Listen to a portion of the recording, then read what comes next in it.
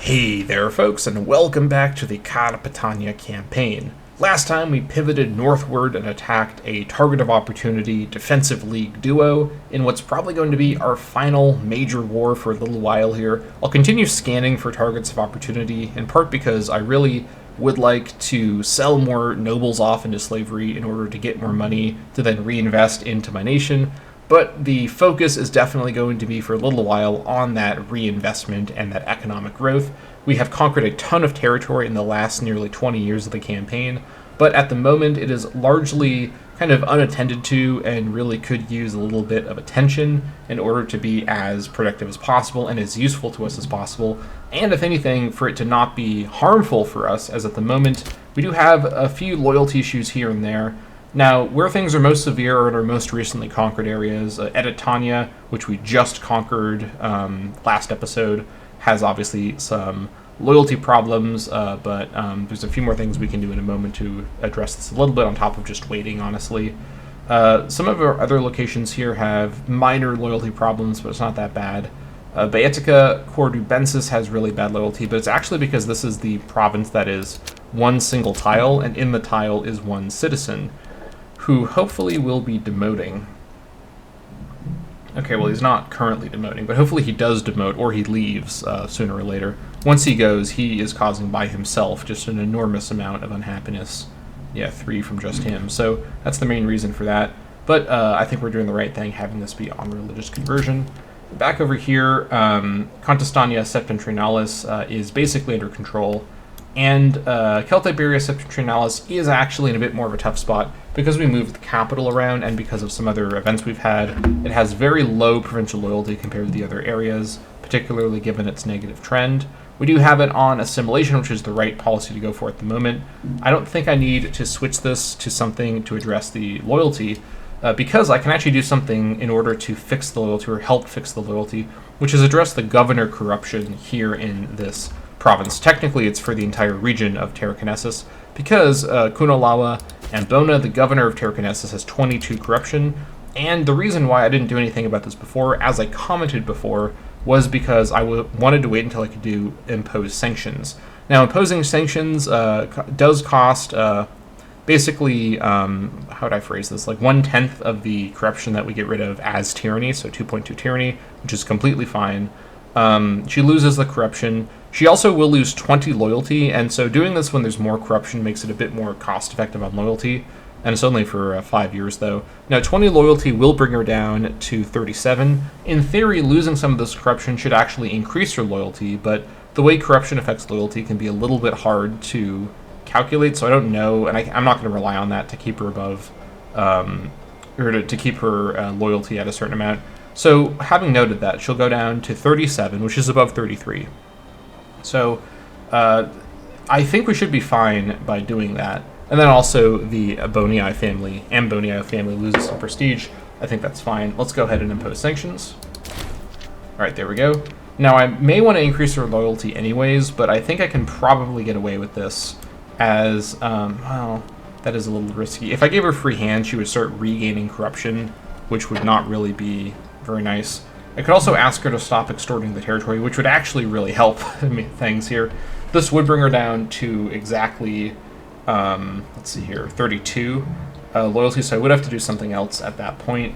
I could give her free hands, which would, I'd basically be changing it from plus 0.20, plus 0.50 corruption per month to just plus 0.20, which would then be plus 0.15, which is much better than plus 0.50.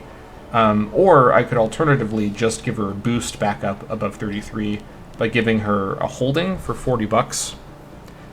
That might be fine. I could also pay a little bit more, and then get loyalty, but also extra wages on her entire family, which might be a better deal. Let's see actually who is in her family. All right. The chief of the Ambonii clan. Okay, getting loyalty on him. He's got plenty of loyalty. Anybody else that's got offices? We've got a researcher. She's got plenty of loyalty. Okay, so actually the stipends doesn't really seem like a very efficient thing to do with her.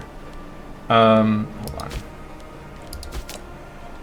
I may just want to give her a holding directly, although the free hands I'm basically buying myself time to do this again, maybe in 5 years when the thing wears off. I think that's probably okay.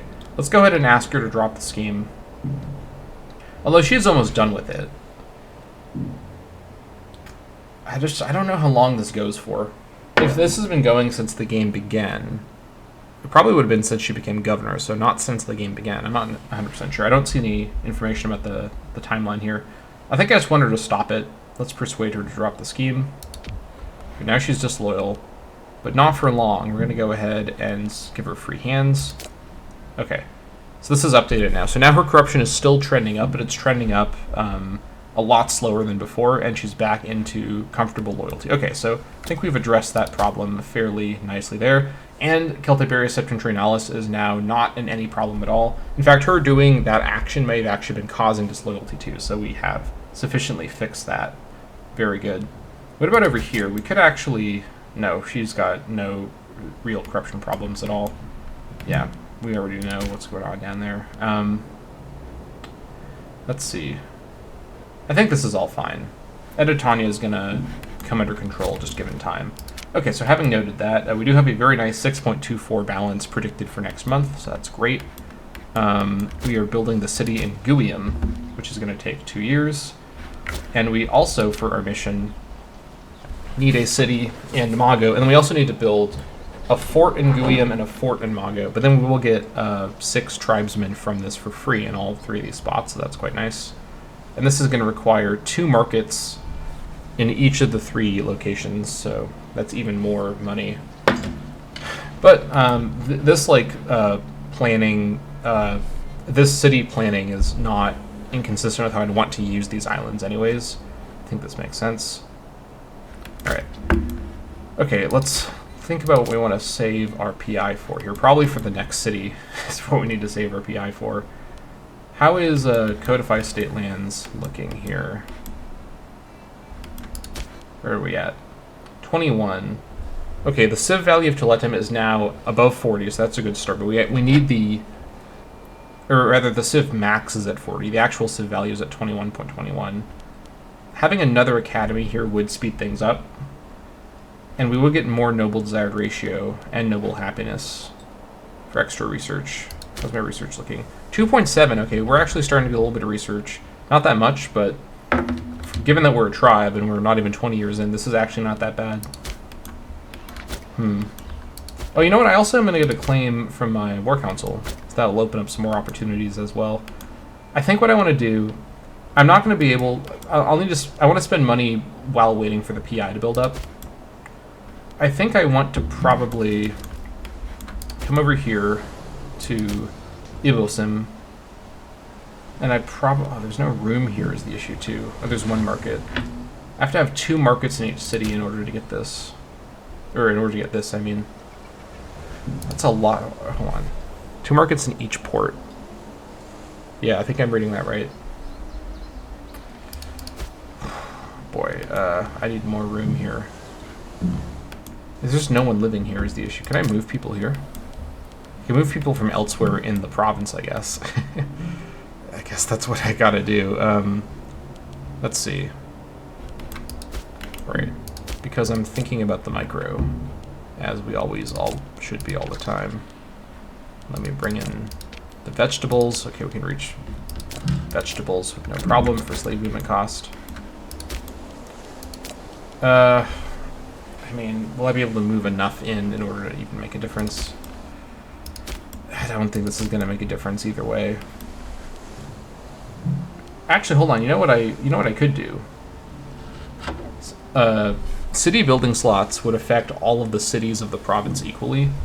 And if it's at 3 by default, yeah, looks like it will be. I think this is a better deal. Do I have any way to get a province investment for free? Or do I have to save up PI for that? Probably have to save up PI for that. I mean, if I could grab this, if I had a tech, I could get one. I mean, that's just luck. I think I need to save up PI for that. Okay, so we're saving PI for that as well. Okay, so let me actually... Just kidding about the vegetables. I guess, hold on, maybe I'm not just kidding. What's my resource situation here? I still have an enormous... Well, okay, no, that's my capital. I've still got some stuff I can sell. And as my AE gets the better. I'll sell more. Let's keep in mind, by the way, that I do have import value reduction, so prefer to be exporting if I can. It's just really random when people decide to take my stuff here. Also, let's just double check.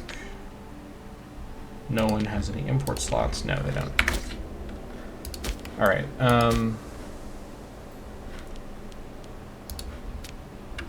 How do I want to do this? Because I know there's a number of. Let's look at mines.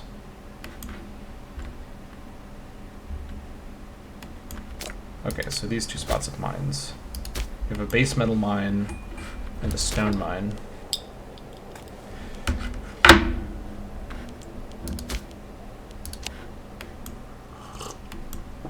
Nothing too exciting about that, I don't think. How about, let's see.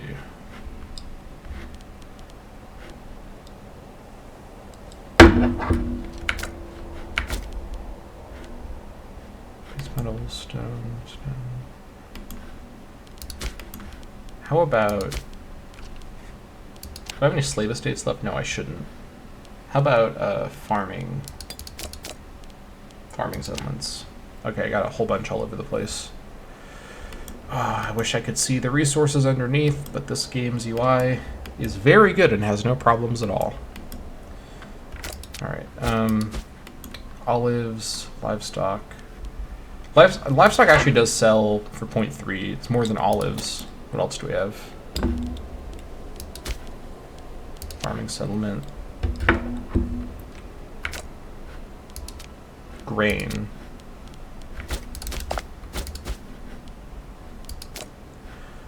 Grain is for 0.2. So livestock is more valuable than grain, that's for sure.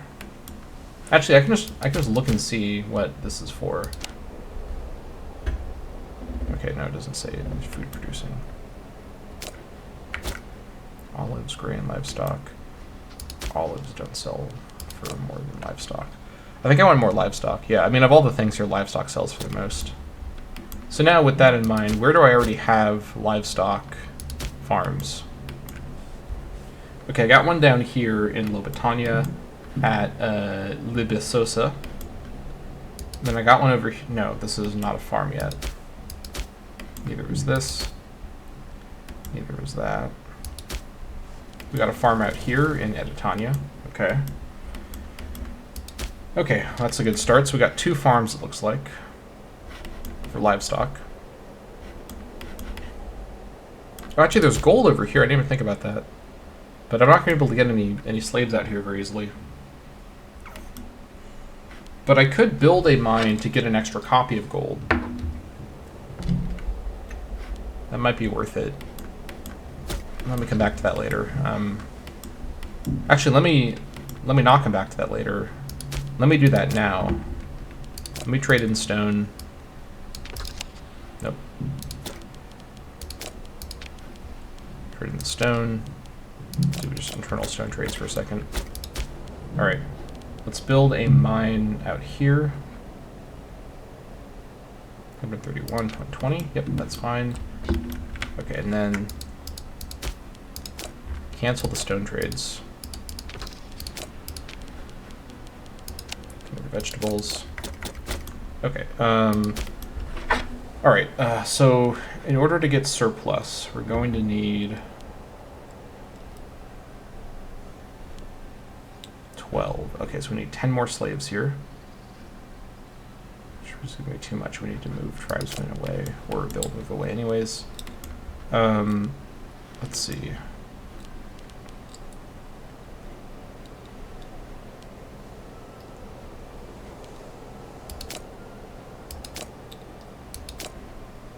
All right. 3, 4, 5, 6, 7.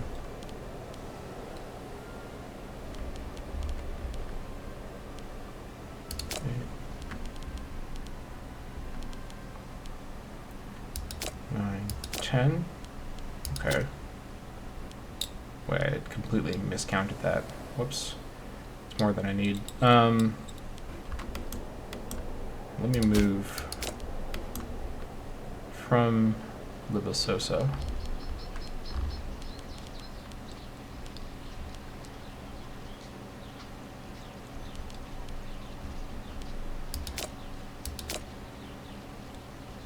Now we're at 12.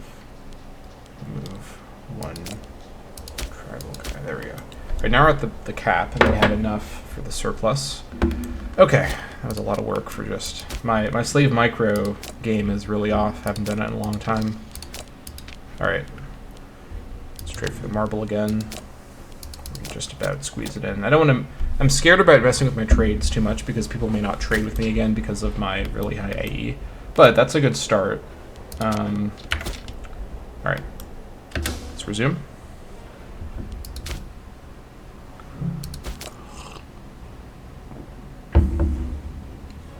Vote stakeholders will be done, I think, in the end of the year, at the end of the year. So let's make sure to reapply that once we get there. Okay.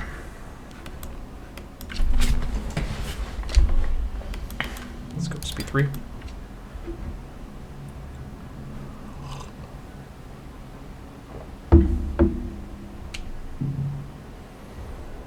We also may want to make sure that all of our ministers are nice and loyal for extra political power. Everyone's in pretty good shape. We could do a little bit of freehand shenanigans, but I don't think it's really worth it for the cost ultimately. It's a very minor change, but it would add up over time. Let's see. For some reason I can't buy this guy any houses. I can only do free hands. Okay, we'll just leave it alone. 6.1k max manpower. Still at only 8 for the levy size. Still not sure why the levy keeps shrinking. I think it has something to do with my population types changing from tribesmen to other things, which is good for me in the long term, but definitely does have a downside.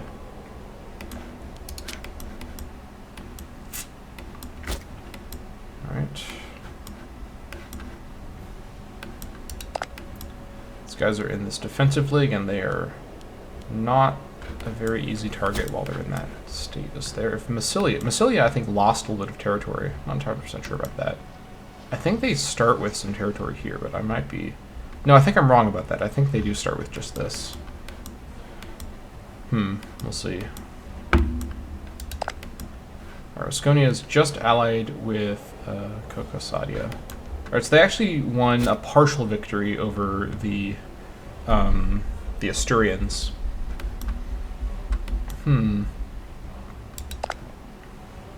98 though. Nah, I don't need mercenaries for that. Even if they're isolated, they're strong on their own, so I'm a bit worried about that. I do have comparable to Cartubaya, but they also are allied with Germania. Well, what's left of Germania. Right, the fate of Cassivellaunus. Never has a more devout man existed than Cassivellaunus Tutomalus. Our people clamor at the very door of the temple, demanding that we declare a feast in his honor. How should we answer them? I will happily trade 18 gold for 6 stability. That's a phenomenal trade. Glory to Cassivellaunus. Good job.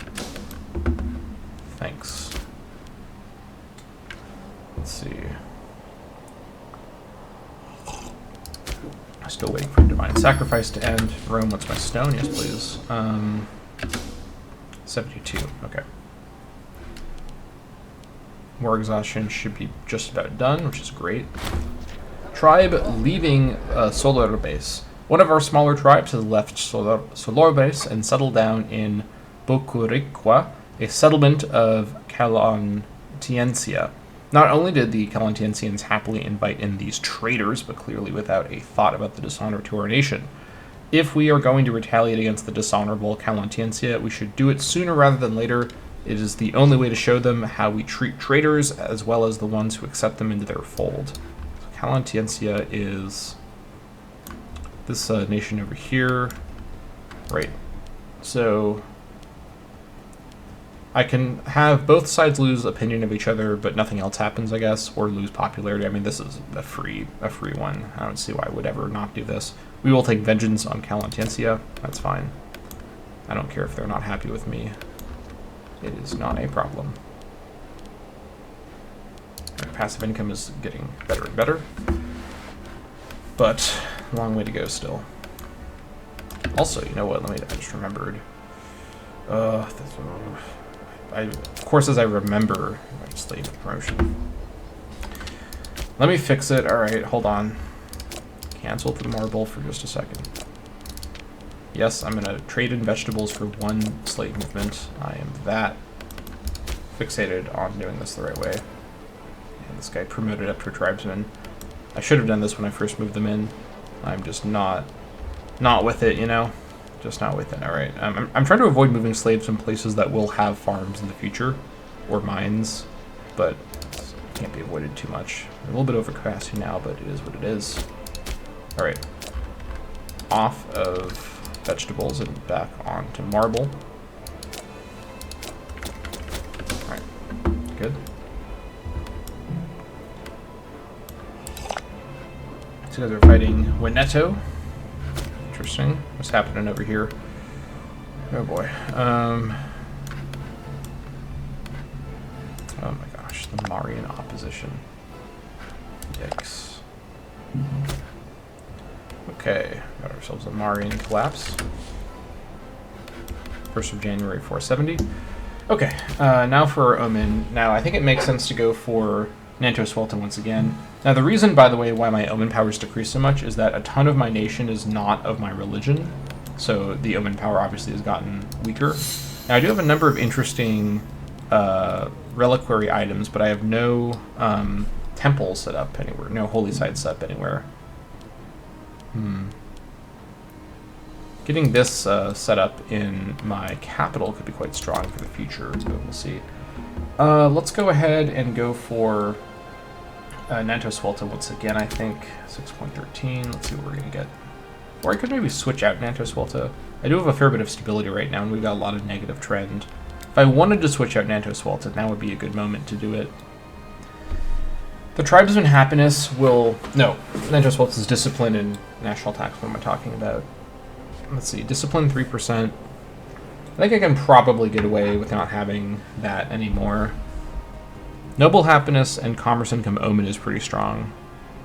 Divine Sacrifice cost passive is great, because it's always going to be the same strength. And National Tax Omen. This is arguably a better version of the Nanto Swelta modifiers. No. Passive Commerce Income is really good. Especially if I'm thinking I'll probably have a different god that I select as my Omen. And I think I probably want to get a Assimilation Omen ready to go here.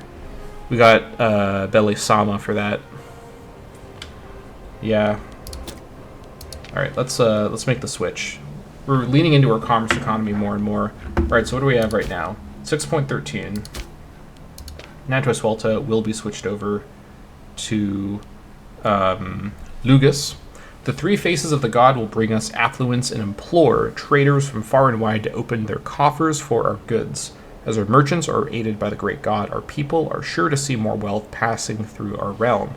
One of the primary gods of our faith, Lugus, plays an important role when it comes to the arts, as well as being considered a composite of the sacred triad, Tyrannus, Tutatis, and Essus, occasionally interpreted as the Roman Mercury, despite their differences. Alright. Okay, what are we at now? 6.75, we do have a little boost. Commerce economy is now stronger than the tax economy thanks to this absurd 71% bonus. Holy moly, that's pretty good. Yeah, now we're on a roll because the commerce economy overtaking the tax economy is a great place to be at for us as a tribe. All right, as for who we actually focus on for the next bit here, I probably don't want to do another god switch right now. It will put us into positive trend, but I want to have high stability. Certainly wouldn't hurt. I mean, I could probably get away with doing a double god switch. The research points wouldn't really do much right now, and I couldn't select Belly Sama, but getting Belly Sama ready for assimilation purposes. That being said, I'm actually focused more on conversion right now, so maybe... No, that's an Iberic god, never mind. I don't want to go for an Iberic god. Yeah. Do I have any conversion gods? No, I don't think so. I could go for manpower recovery speed, I suppose.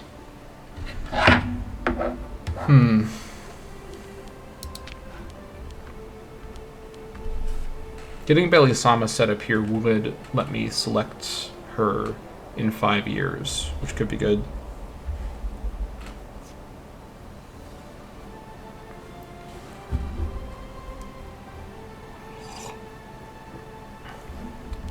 Let's see. This would take me down to 28, which is quite low. And do I have... I do have Divine Sacrifices going still. Well, I guess we are in a recovery period, so I think as long as I don't make any large conquests in the near future, I think this should be okay. Let's really just go for it.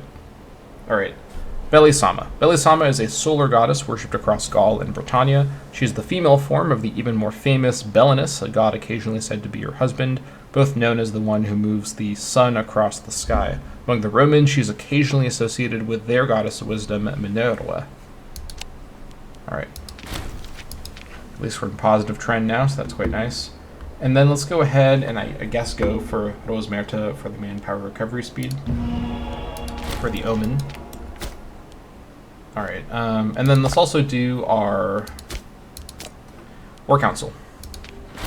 Alright, the gruff voices barking over the sound of carousing outside yields an atmospheric setting for the latest meeting of the Carpetanian War Council. In attendance are several of the council's most well-respected members. Tinko Maris, a well-loved and competent leader, Karasuna, a well-known rogue and philanderer, and Madaganus, an expert in matters of personal combat. Despite significant discourse, ale, and argument, no consensus is made on the target for our future expansion plans.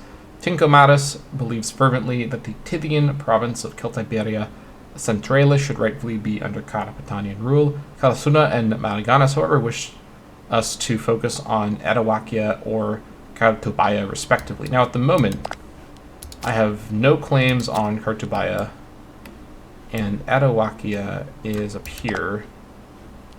I don't have a claim on them directly, but I have a way to fight them through Tivia, so that shouldn't be a problem. So these claims are not particularly helpful, because I would get Adawakian land through a Tivian war anyways. And the Tivia claim I already have, so the Cartubaya claim is the best one. This is also the lowest loyalty character, so this is also kind of nice. The question is, do I want to have a claim on Cartubaya?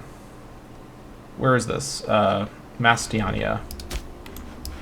That is this province that I would want. This is the actual one of my region. So this is the right place in Cartubaya. And it would be nice to get this lined up. The issue is, I kind of don't want to fight Cartubaya right now. But if I get the... I mean, they already hate my guts because they've been a bystander of everything I've been up to. So it's not like they're going to now be like, oh, this is the final straw, we're going to go attack him. I mean, they might do that, but they would attack me anyways if they felt like it, if they felt like they could do it. I don't know if they feel confident that they could defeat me. Alright, well, Madagana speaks with clarity. We shall conquer Cartubaya. Alright. We've now got ourselves a claim.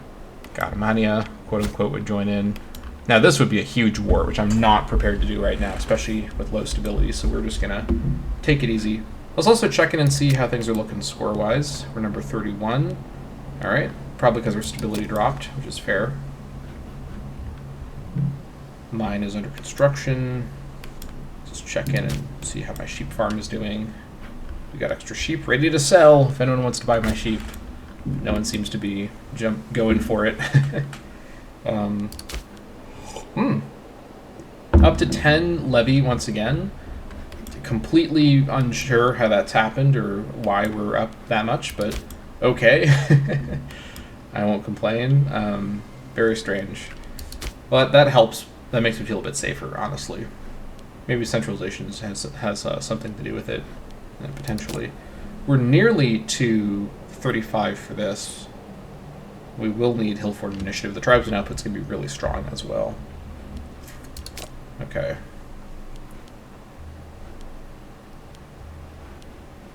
And let's see here.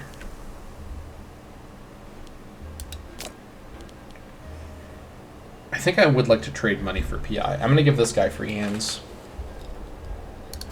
There, slightly better PI. Everyone being above 60 is probably worth... Give you free hands as well.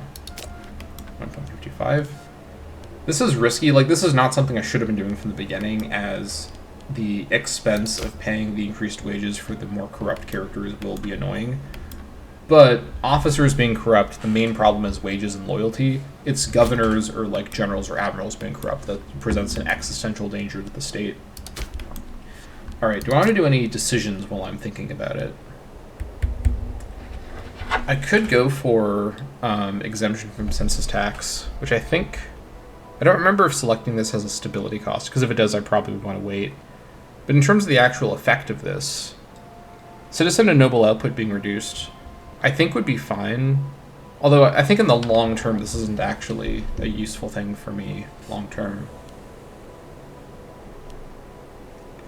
I don't think any of these are actually too helpful for me, so let's just leave it as it is. Let's also check and see how badly things are going to be now. Oh boy, yeah, things are definitely getting a little dicey. But things that were, where I thought there might be some problems, are actually under control. Alright, well, that's pretty good. Let's go ahead and resume.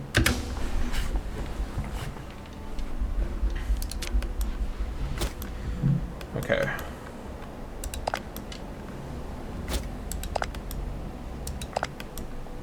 These, like, quintuple defensive leagues are the bane of my existence. I'm just not breaking into any of these guys when they're in defensive leagues this tight.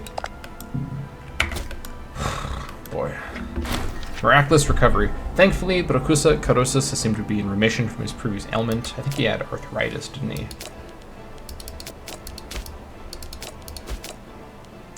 Or he still has it? Okay, a little unclear what's going on. You know what, I forgot to start Scheme Influence. I'm going to do that now. No wonder my PI was lower than I was expecting. I even commented that I should do it once we got to the 470. Alright, that's fine. Yeah, both of his sons are kind of not exactly leading from the front material, or leading from any place material. I mean, Mataganas has some nice charisma, but I guess if we formed the monarchy and then we got them like an absolute banging spouse who had amazing stats to lend to the husband, that might make it okay, but yeah. I might allow a tribal succession to another family with better prospects. And as from before, Karasuna is currently the leading lady for that.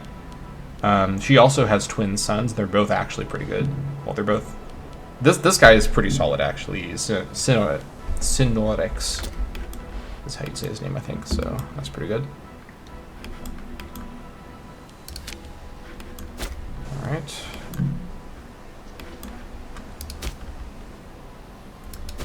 At this point, a matter of centralization. According to our magistrate, Carta Mandua Carosa, it seems there will be an influx of people moving to our urban centers soon. It seems she has come up with some ideas that could help us in the matter. If we so wish, she will make sure to put into motion some efforts that will increase or decrease the influx of people.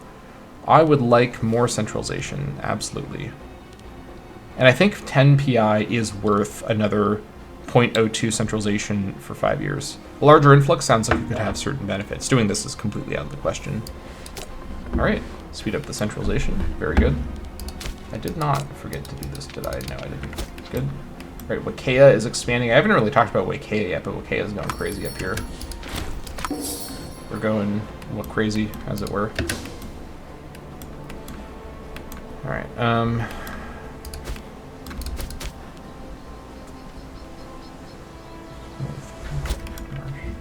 71. Are there any forts I don't need? I kind of want to get rid of this fort, but for the war against Kartubaya, having this fort here will make my life enormously easier, because this protects Toletum. Once I go further south, I can get rid of this fort, and eventually move it over here. I guess Tordulia, you're in a defensive league too. Just everyone's all leagued up. I've got nowhere to go. The Celtiberian local power of Calantiencia has a claim. Oh, okay, they are actually following up on that event. on Turdulia Orientalis. I mean, they're defensively going to follow them into an offensive war, so if they want to declare on me, they're welcome to go for it. If they're feeling like being killed, they're welcome to give it a try, but I don't think they're going to do that. I think they know better than that. Foreigner arrives. Cneus Nesimides. Oh, it's the last of the Aragiraspides. One of the fabled veterans from the Silver Shields, the backbone of Alexander's army, is requesting a place to stay in Carpetania. They have not often been seen since they betrayed Eumenes by handing him over to Antigonos, as the unit was split up and dismissed by the general. It seems Cneus Menesidemes was banished from the admittedly Greek settlement of Hemeroskopeon. I could give him citizenship. He is an impressive guy in terms of martial, but he's also very old, and I don't really think I need an old, talented martial character right now. He may loiter for a while, perhaps. He's welcome to hang around, but I particularly need him to be given citizenship. I think that's fine. Alright. I could also start building a little navy over here. I do now have like a way to transport my away from my forces. I guess I could raise my forces on the islands because it is part of Carpetania. I didn't even think about that, but yeah, this is part of the region of Carpetania. I could raise them on the islands and not even need to transport them from the coastline. It's actually kind of interesting. So I think I need to just save up PI until I'm able to get religious endowments in order to advance my mission tree. I think that is definitely the plan there. Yeah, you know, for as much as it would be nice to continue the rampage, I think going for, you know, what's the word? Or what's the name of it? Matter of Tarakinesis.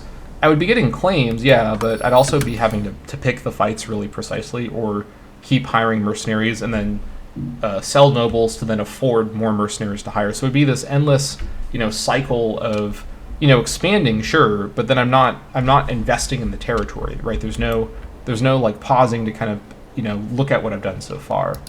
Trade with Massilia, yep, sounds good.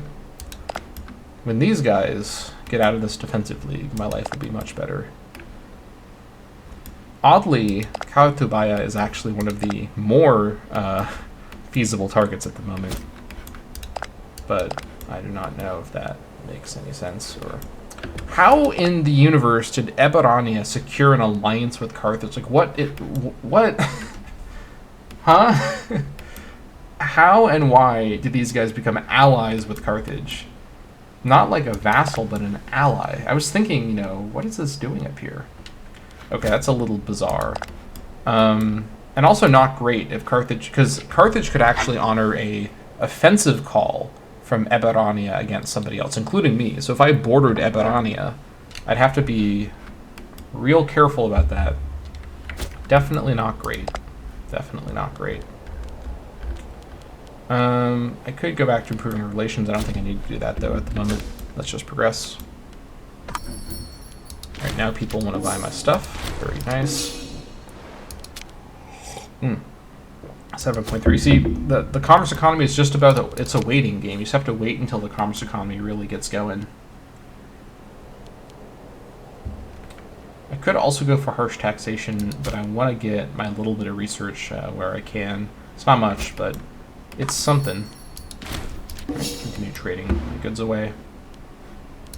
To 7.46. Tax economy is a bit more reliable because you have more control over it, but commerce economy just gets you such a burst of money. I think it's great.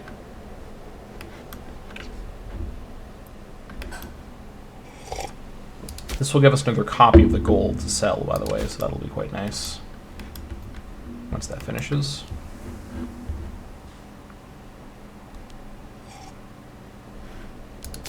Alright, Carpetania Carosa is cultivating quite the reputation as a woman of decency and honor. Such virtues give her citizens good reason to feel safe, secure, and stable. Yep, I'll take extra stability. That's excellent.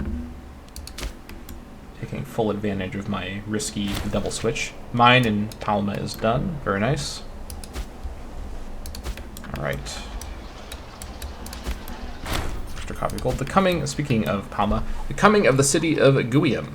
Our extension of new privileges and investments to the local infrastructure have seen Guiam grow from relative humility into a true Corsian city.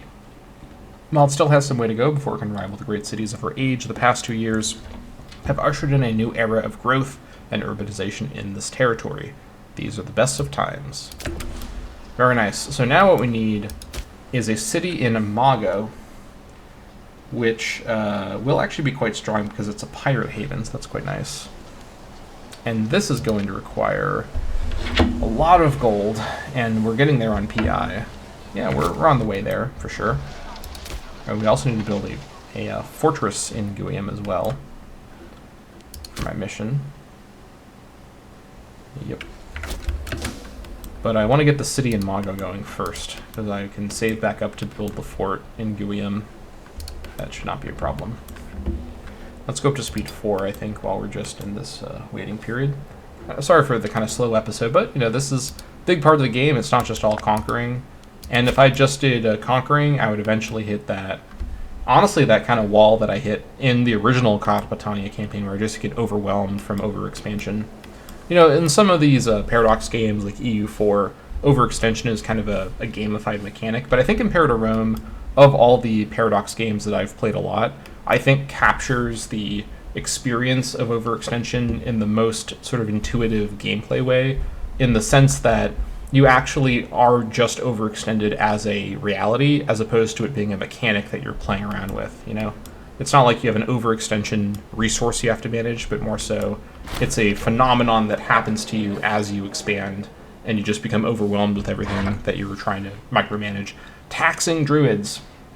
Lately, some of our leaders have started to take advantage of the druids and their role in society, even going as far as to expect them to contribute monetarily to the nation. They are the pride and center of our faith, and it is clear that this is a taxing situation for them. Cassie Yaonis Tutamalis is speaking for the druids and demands an end to this abuse of power. Otherwise, how will our relations with the gods pay off? Okay, so I can get loyalty and PI with this guy. This guy is on my council, so loyalty with him would actually mean a little bit more monthly PI as well, or 10% national tax. But I lose loyalty, and I want to have him be loyal because he's on my council, and I gain corruption. I think, given that, again, I'm going for the commerce economy orientation, this tax bonus is nice, but this is probably better, honestly. This exploitation will go on no more. Very nice. All right.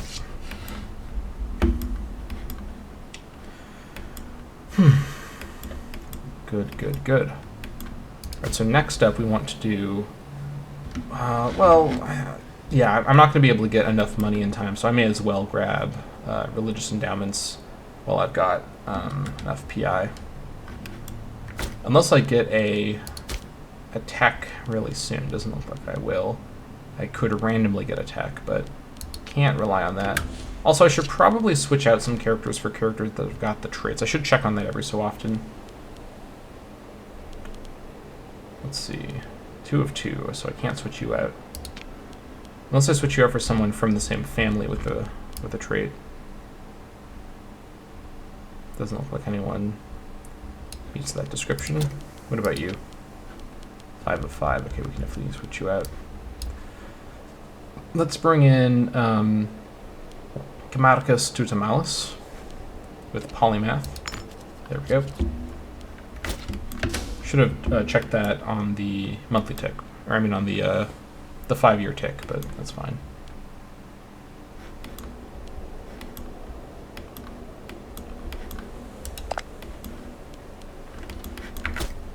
Oh my gosh. Oh boy. These guys have Etruria as a subject now, and Marcia, Pelignia, and Frantania. What is happening over here? How did... Okay, I looked away for 5 seconds in Rome, literally did some like yoga stretching to reach over here. Okay, well, I guess that's what they're doing.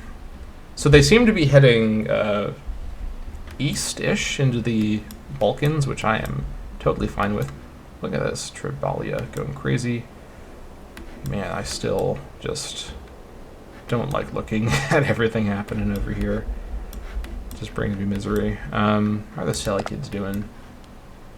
Selikos, Nicator is still here. All right. Maria seems to be winning against the other Maria, the Maria in opposition. Kush doing well down there. Okay. Well, that all looks pretty normal so far. Let's proceed.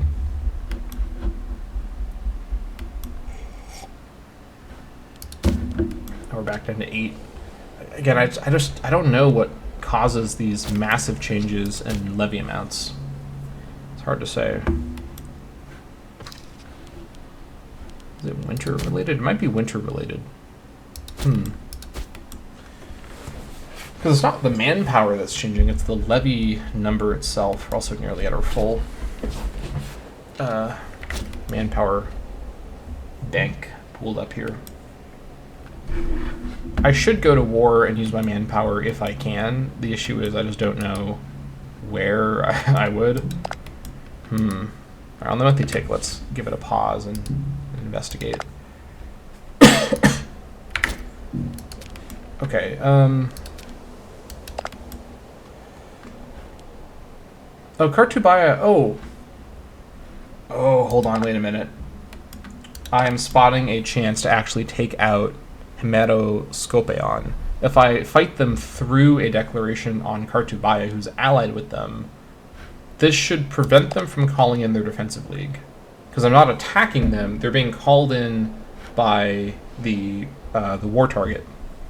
I think this should circumvent it successfully. The issue is, okay, these guys I can, take out super easily. They've got a really big fort here at their city, so it's going to take some time. And Carpetania is no slouch either. This would be a massive war. I don't know why Carpetania broke their alliance with Carpetania, but whatever. I think I need to jump on this before Carpetania thinks of anyone else to ally, because they are an intimidating opponent. Actually, thinking about it, they're Tertotanian, so 80 Iberics, but then also 14 Canaanite Tertotanian. So that's 94 integrated pops, assuming they haven't integrated anybody else, which they may have. Meanwhile, I am around 86. So again, assuming that they and I both have not, I know that I've not done integration, but assuming that we both have not done integration, should be basically the same kinds of numbers. I wish I'd raised when I had 10. That would be a big difference. I guess I could recruit mercs to facilitate this. I think what I want to do is, let's see here. I need an infantry mercenary stack. Do I call in this guy again? He's pretty reliable. He's regained all of his strength. I could go for the higher martial. So here's the thing: if I want my merc force to accompany my main army, I want to have a lower martial merc force that my main army has my main magistrate making the siege decisions. But if I want the merc force to be more autonomous, or be able to be more autonomous, having higher martial is better for that, obviously. So either this guy or this guy would be fine. They both have the same kind of composition I would like. I could go for a slightly smaller merc force. But if I'm going to spend 100 gold anyways, I may as well, just because I don't know how strong Carpetania might be, and they and the Greeks could both hire mercs themselves. I guess I could hire... I only think I need to hire one.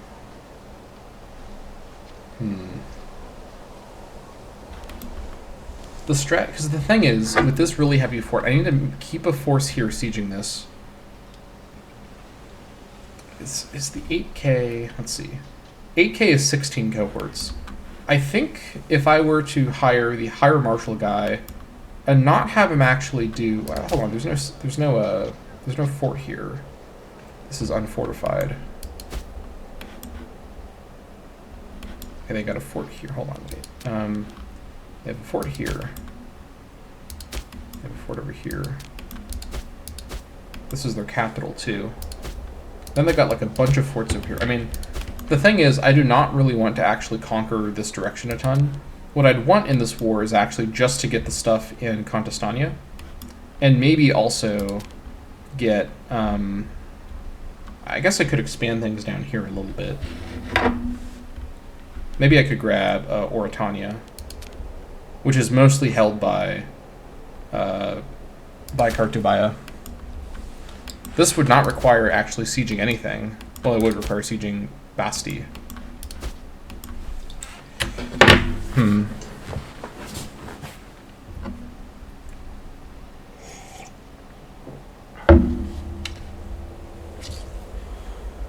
me think about this for a minute. I guess the Higher Marshal would also make the siege a bit better as well. I could hire the 8K with the Higher Marshal, have them just focus on sieging Hemeroskopeon, so then they can do an assault if they need to rush over, and then have the rest of my forces basically run down, sack Castillo, and then grab this completely unprotected Ilugo, and then focus on Basti. I also kind of want to sack Mastia a little bit, and Basti as well. I think this might be doable. I think this is a really good opportunity. I'm actually mostly excited about a chance to attack Hemeroskopeon without fighting all the other Greeks in their big defensive league across the whole Mediterranean. I think we go for this. Okay, this is a larger war, but I'm gonna... This is a target of opportunity situation, right? I'm not doing this because I've got infinite things I can pick between. If I'm going to do any expansion, I have to time it really precisely with how tight all the tribes are with each other. So I gotta be smart here, and I need to go for targets when they come up and not let these opportunities slip me by. So let's hire the Higher Marshal guy, who will be from over here. Alright, let's first... We're going to go also with just regular army maintenance and not increased army maintenance as well. Alright. Hire him in Varna. Alright. We're going to be in the red. That's fine. Also turn on fort maintenance. So he's going to have to actually make his way all the way over. So we have a little while to wait here. Let's have him come to Setibus, and then we'll raise our actual levy. Not quite yet. We don't need to raise them quite yet. Let's progress. Yeah, while I have this opportunity, I need to go for it. This is really, really good. Okay, also, once we get to 85, also, let me, hold on. Actually, oh man, how do I do Divine Sacrifice? We're currently in negative trend with 33 stability, which is just miserable, but I really want to get this thing.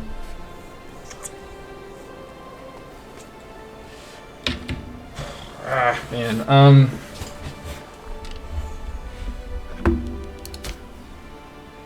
yeah, because I need this in order to progress anyways.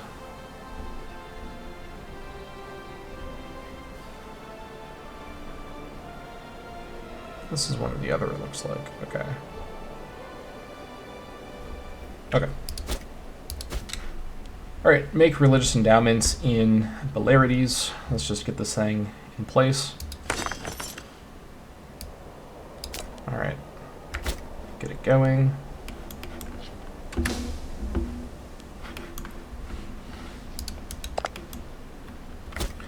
Come on. We got 100 gold in the bank. We should be fine. Plenty of time to do this war.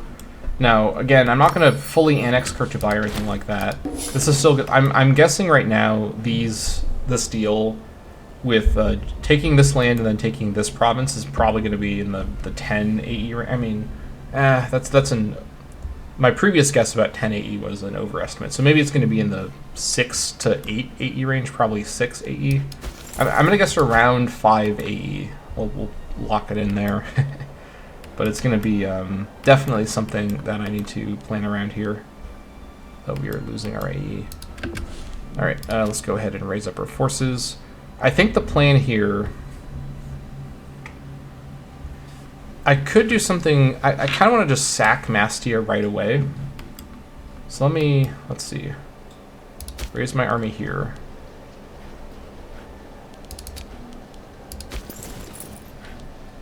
Let me split off the light cav and send them down to sack Mastia. But everybody else is going to sack Castillo first. Also, let's see. 9 Marshal. Need to make sure that Carasuna is not in the levy when they're in Castillo, because she'll take over. All of you guys head down here. Okay. This is a... I mean... I'm still nervous, though, because I'm worried about Carpetania just having crazy power that I'm not expecting. I'm really glad I got that claim on them. That was really good timing for this. Whew. Okay. This could go very, very poorly, but this could also be an absolutely legendary little maneuver. This is probably fine. Let's give it one more monthly tick, and then we proceed. Also, you lead the way. Let's get everyone organized. Shock action, because you are currently just heavy cav. With everyone split up, it's very important that they're all following each other so that no one's going ahead. That will cause stack wipes and will make me moan and complain, which is not very fun for anyone. Alright. There we go. The composition of this tribal army is real messy, but that's fine. Okay.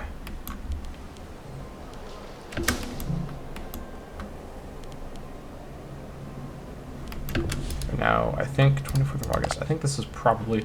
I'm just really nervous about the diplomatic situation changing on the monthly tick or something.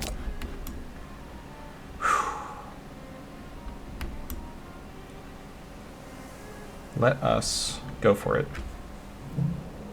Okay, here we go.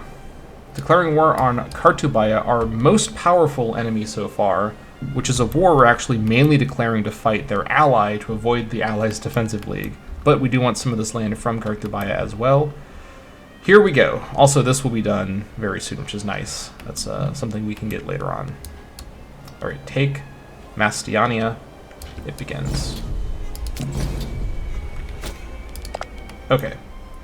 Hemeroscopeon did join. You... Oh, they've actually got a legion. Interesting. It's not going to save them, though. We get there in the next month, so we're going to get a month of recovery on the way, and this should be fine either way. Once we kill these guys, I may want to back out and... No, I can't really... Okay, you come down and grab Mastia, and then actually come back up and grab Sikronu Limon, because these guys on the fort won't be able to split because they're mercs. All of you follow the chief down to Castillo, except for you.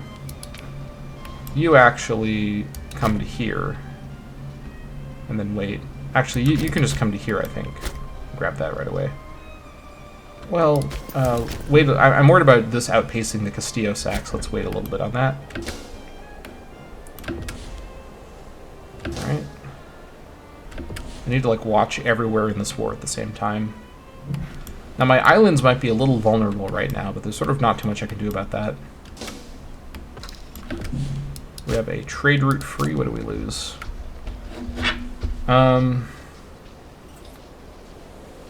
not sure what we lost.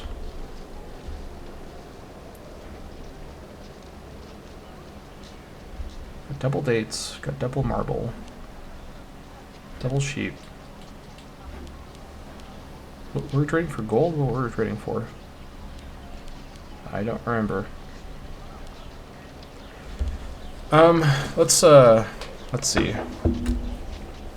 Let me just bring in more gold for now. Trade with the Etruscans, that's fine.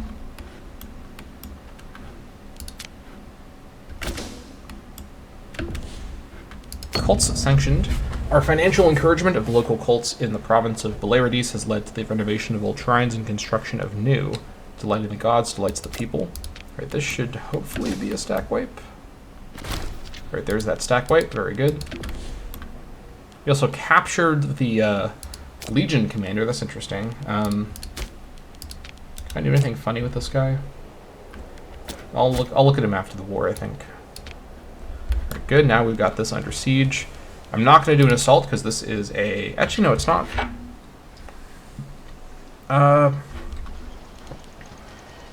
Where's the rest of the garrison here? Maybe they added on low pay. I'm not entirely sure. Either way, I'm not going to do an assault. That would be a risk. Alright. They got a 500 stack over here, but everything's... All of my capitals are fortified, so this is fine. Everything that they can reach, at least. Sacking of Mastia. Okay, there's their main force. Ooh, okay, we're going to look at that in a moment. Sacking of Mastia. Alright, Carusus has led his men to glorious victory during the siege of Mastia. The enemy flee in disgrace, and all that is left is to decide on how to treat the residents within. Needless to say, these spoils of war look that it causes back in Doletum to admire Brokusa greatly. Leaving such wealth in the hands of one man could cause problems in the future. Okay, Mustia I would like to actually damage because these are pops that I'm going to have trouble dealing with later. Let's go ahead and say none shall hide. Yeah, I think that's fine. Okay. You swing back up here to grab that. Meanwhile, over here, this fort will hold them down. You can now head that direction. Okay. 9 martial. We'll have 10 martial with Karasuna. But composition-wise, 2 heavy cav, 2 light cav, 2 light infantry. We're going to have, let's see, 3 heavy cav, 2 heavy cav, 3 light cav, 2 infantry. But no donkeys. Okay, that's the difference. We actually have a better composition.